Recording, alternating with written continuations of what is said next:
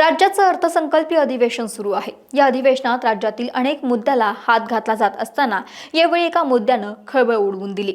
खासगी सावकाराकडून घेतलेल्या कर्जाच्या परतफेडीसाठी राज्यातील 19 शेतकऱ्यांनी किडण्या विकल्या असल्याची माहिती गृह खात्यानं मंगळवारी विधानसभेमध्ये लेखी उत्तरामध्ये दिली।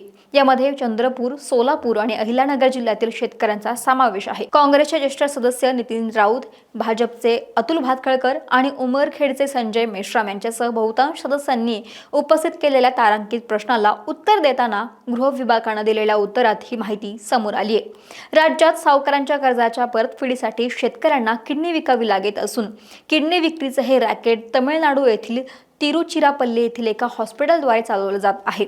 या प्रकरणात आंतरराज्य आणि आंतरराष्ट्रीय मानवी अवयव तस्करीचे जाळे कार्यरत असल्याची बाब समोर आली आहे। हे खरं आहे का असा प्रश्न नितीन राऊत यांनी विचारला। तसेच सोलापूर आणि अहिल्यानगर येथे सावकारांच्या जाचाला कंटाळून काही शेतकऱ्यांनी आत्महत्या केल्या असून काहींनी किडनी विकल्याचा प्रकार देखील उघडकीस आलाय। हे देखील खरं आहे का असाही प्रश्न यावेळी उपस्थित केला। यावरती चंद्रपूर जिल्ह्यातील नागभीड तालुक्यातील मिथूर येथील रोशन कुटे या शेतकऱ्यानं खासगी सावकाराकडून 1 लाख रुपयांचं कर्ज घेतलं।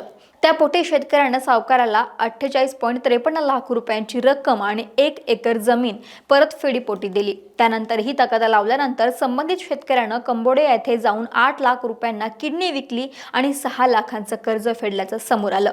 हे प्रकरण समोर येताच खळबळ उडाली आणि त्यानंतर गुन्हे दाखल करण्यात आलं। जेव्हा या प्रकरणाचा तपास केला तेव्हा सोलापूर येथील एका मध्यस्थामार्फत कंबोडिया येथे किडनी विकल्याचं समोर आलं। यामध्ये मध्यस्थानं स्वतःसह 9 व्यक्तींच्या किडन्या कंबोडिया येथे तमिळनाडूतील स्टार किम्स हॉस्पिटल येथे विकल्याचं समोर आलं।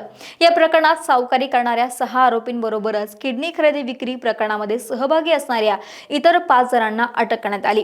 त्यापैकी 8 जणांना अटक केली असून एक आरोपी फरार आहे आणि त्याचा शोध सध्या सुरू आहे अशी माहिती उत्तरामध्ये देण्यात आली। सोलापूर जिल्ह्यातील एका मध्यस्थानं 16 जणांची किडनी तसेच मानवी अवयव कोलकाता मार्गे कंबोडिया येथील पनॉम पेन केट मियालिया या लष्करी रुग्णालयामध्ये विकली आहे। हे खरं आहे का असा प्रश्न विचारला। यावरती सोलापुरातून अटक करण्यात आलेल्या व्यक्तीनं कंबोडिया येथे स्वतःची किडनी 8 लाख रुपयांना विकली तसेच त्यानं इतर 9 जणांच्या किडन्या विकल्याचंही तपासात समोर आलंय। यातील पीडित 7 जण परराज्यातील आहेत। तसेच अहिल्यानगर जिल्ह्यात परवानाधारक सावकारांनी 19,81,35,00,000 रुपयांचं कर्ज वाटप केलं। मात्र खासगी सावकाराच्या जाचाला कंटाळून काही शेतकऱ्यांनी आत्महत्या केल्या असल्याची नोंदही गृह विभागाच्या उत्तरामध्ये नमूद करण्यात आली।